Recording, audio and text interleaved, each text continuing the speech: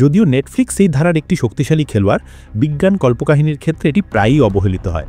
তবে anthology series এবং আন্তর্জাতিক শোগুলোর প্রভাবের কারণে এই প্ল্যাটফর্মটি বিভিন্ন ধরনের সায়েন্স ফিকশন খুঁজে বেড়ানো দর্শকদের জন্য এক লুকানো রত্নে পরিণত হয়েছে।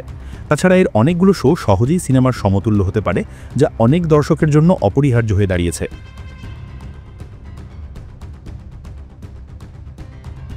Alice in Borderland. Ryohei Arisu এবং ইউজুহা উসাগি টোকিওর এক সমান্তরাল সংস্করণে বসবাস করে, যেখানে তাদের একসাথে মিলে নানা রকম নিষ্ঠুর এবং জটিল খেলা সম্পন্ন করতে হয়।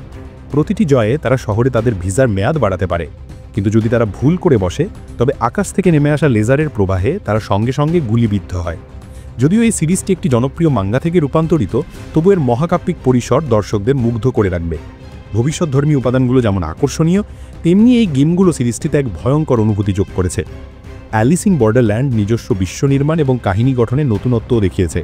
শূন্য শহরটি নিজস্ব কিছু নিয়মে বাধা, যা গেমগুলোকে আরও ভয়ঙ্কর করে তোলে।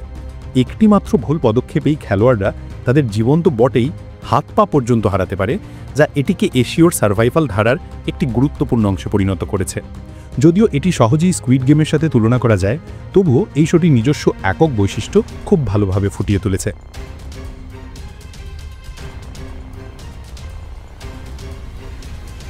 দ্য ইটারনট। হেক্টর জার্মান ওয়েস্টারহেল্ড এবং ফ্রান্সিসকো সোলার্নো লোপেজের আর্জেন্টাইন সাইফাই কমিক থেকে অনুপ্রাণিত হয়ে দ্য ইটারনট দর্শকদের নিয়ে যায় বুয়েনোস আয়ার্সের এক পোস্ট অ্যাপোক্যালিপটিক রূপে, যেখানে ঝলমলে রোদের পরিবর্তে নাগরিকরা ঘুম থেকে উঠে দেখে যে ব্যস্ত শহরটি একটি বিশাল তুষার ঝড়ে আটকে গেছে। মানুষ যখন এই ভয়াবহ পরিস্থিতির সাথে মানিয়ে নেওয়ার চেষ্টা করছে, তখন আরও ভয়ঙ্কর সত্য প্রকাশ পায়।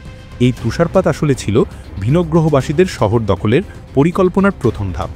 দ্য ইটারনট দর্শকদের পরিচয় করিয়ে দেয় হুয়ান সালভোর সাথে, যিনি একজন সাধারণ মানুষ হলেও এই অসাধারণ ঘটনাকে মোকাবিলা করতে বাধ্য হন।